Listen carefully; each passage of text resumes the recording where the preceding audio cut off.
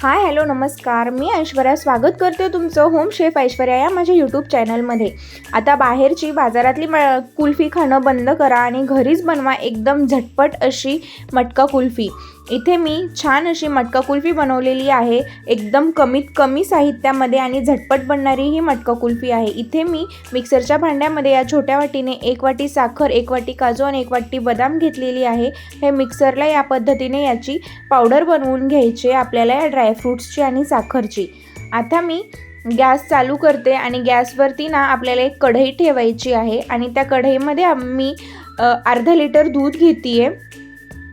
साईसकट आपल्याला हे दूध घ्यायचे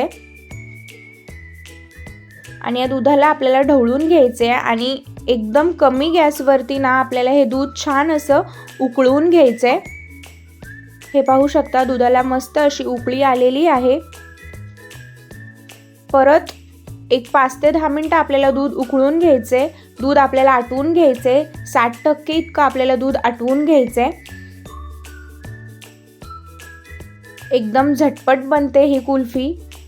60% इतकं दूध आटल्याच्या नंतर यामध्ये आपण जे ड्रायफ्रूट्सची पावडर बनवली होती ना ती पावडर यामध्ये टाकायची आहे। साखरेची पावडर आणि ड्रायफ्रूट्सची पावडर, ते पावडर टाकल्याच्या नंतर परत एक 5 ते 10 मिनिटं याला आपल्याला उकळून घ्यायचे, आटवून घ्यायचं याला। परत 5 ते 10 मिनिटाच्या नंतर ना पाहू शकता छान असं हे आपलं दूध उकळलेलं आहे आणि हे थोडंसं आटलेलं आहे, घट्टसर झालेलं आहे हे दूध।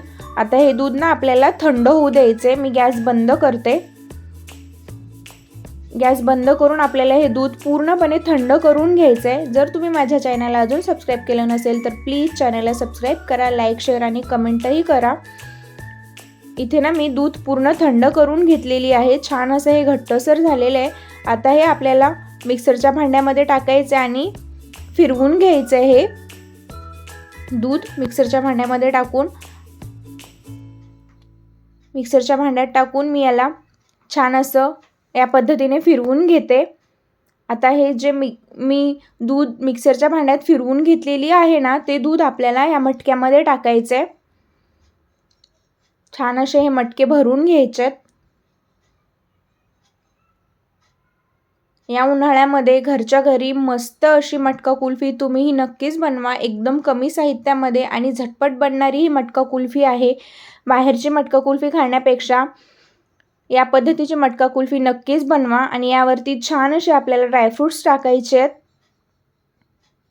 आणि याचं झाकण बंद करून आपल्याला 8 ते 9 तास हे फ्रीजरमध्ये ठेवायचे। याला मी 8 ते 10 तास फ्रीजरमध्ये ठेवते आणि दुसऱ्या दिवशी सकाळी पाहू शकता एकदम छान अशी आपली मटका कुल्फी घरीच तयार आहे।